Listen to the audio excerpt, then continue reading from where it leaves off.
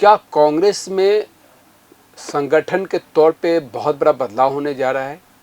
राहुल गांधी ने दिल्ली में जिलाध्यक्षों के साथ में जो बैठक की है उसमें संगठन को मजबूत करने उसको लेकर एक रणनीति बनाई गई, लेकिन इसमें एक बात ये निकल के सामने आई कि जब पार्टी सत्ता में आती है तो संगठन के लोगों को वे भूल जाते हैं।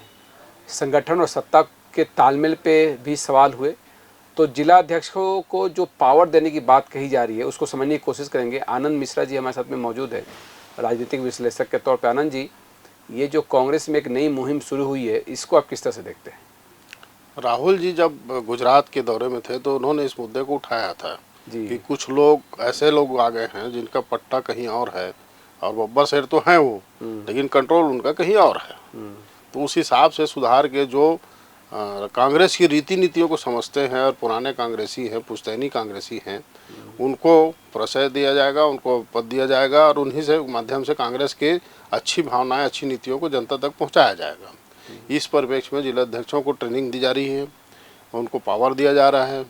वो ऐसे लोगों को चुने जो कांग्रेस के प्रति पुराने समय से जुड़े थे और कांग्रेस की रीति नीति परंपराओं को समझते हैं।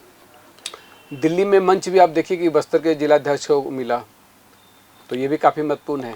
हाँ, एक आदिवासी समुदाय के जिलाध्यक्ष को उतना महत्व मिलना जी दिल्ली में उनके इस भावना को दर्शाता है कि कोई भी कार्यकर्ता महत्वपूर्ण है, चाहे वो किसी भी क्षेत्र का हो, किसी भी समुदाय का हो, कार्यकर्ता पार्टी के लिए बहुत महत्वपूर्ण होता है। लेकिन ये जो पीड़ा उभर के सामने आई कि सत्ता में चले जाने के बाद में संगठन को हाशिए पर ले जाना, तालमेल नहीं बैठना, ये तो यक्ष प्रश्न है। अब इतना बड़ा संगठन है तो कहीं ना कहीं वैचारिक मतभेद तो रहेंगे जी, और सभी संगठन के सभी लोगों की उपेक्षा होती है ऐसा नहीं है। निगम मंडलों में नियुक्ति संगठन के माध्यम से ही तो होती है और होती आई है। तो ऐसा कहीं नहीं है कि संगठन की उपेक्षा होती है। लेकिन जिस तरह से जिलाध्यक्षों ने ये कहा कि सत्ता मिल जाने के बाद भूल जाते हैं, सत्ता लोलुपता में लोग खो जाते हैं।